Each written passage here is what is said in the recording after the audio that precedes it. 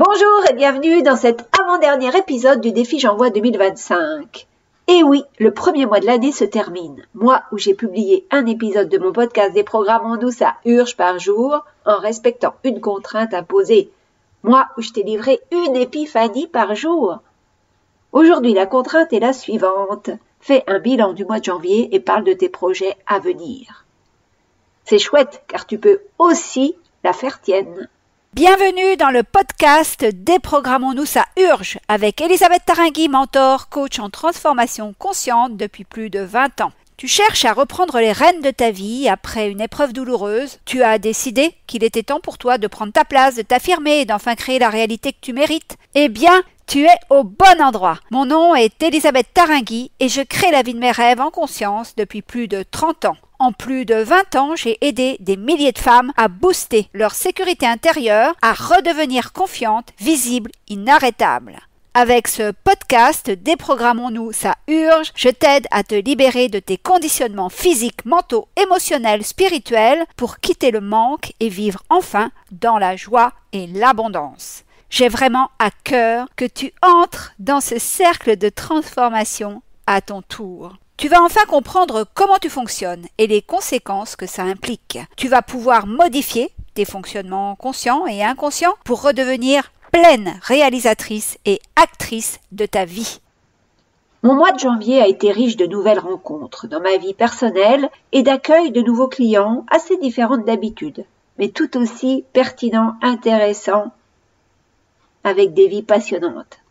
J'ai aussi découvert un nouvel environnement professionnel, mais il est trop tôt pour t'en parler. Janvier a été aussi le théâtre d'un conflit majeur au plan personnel, conflit dont je me suis complètement désintéressée en ne voulant pas y prendre part. Ça, c'est une victoire et sans doute le résultat, l'aboutissement de mon initiation récente suite à la nuit noire de l'âme vécue en 2024. Plutôt que d'attiser les flammes de ce conflit, j'ai choisi de ne pas l'alimenter et de laisser mon interlocuteur se battre seul. De cette façon, je ne lui ai pas fait de mal et je me suis préservée. Je n'ai pas gaspillé mon énergie dans un combat inutile et encore moins dans de la colère. J'ai ainsi préservé ma santé physique et mentale. Bref, une belle victoire pour moi et un comportement inédit de ma part dans une telle situation. Ce mois-ci, j'ai préféré passer du temps seul plutôt qu'avec mes proches, dans une perspective de guérison rapide et de régénération puissante, suite à mon anus horribilis. Et ouais, quand tout explose, il est utile de rassembler les morceaux épars, de reconstruire, de se reconstruire. J'ai eu énormément de joie à te parler chaque jour de ce mois, même si cela m'a donné beaucoup de travail et que mon emploi du temps actuel me fait vivre davantage en extérieur que dans mon bureau.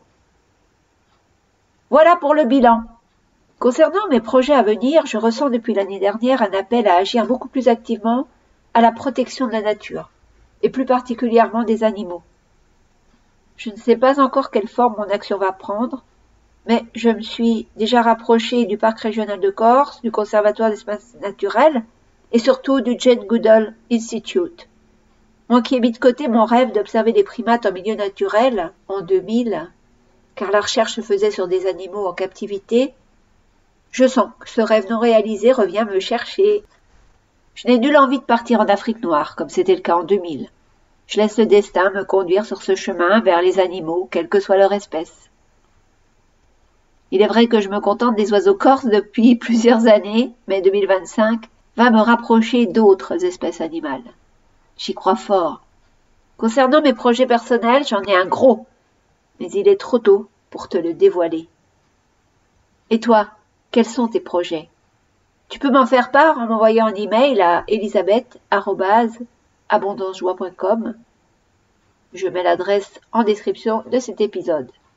J'ai toujours plaisir à découvrir ce que mes auditrices font de leur vie.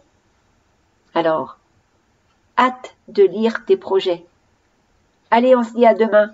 D'ici là, rappelle-toi, tout est possible tout le temps, dans la joie et l'abondance.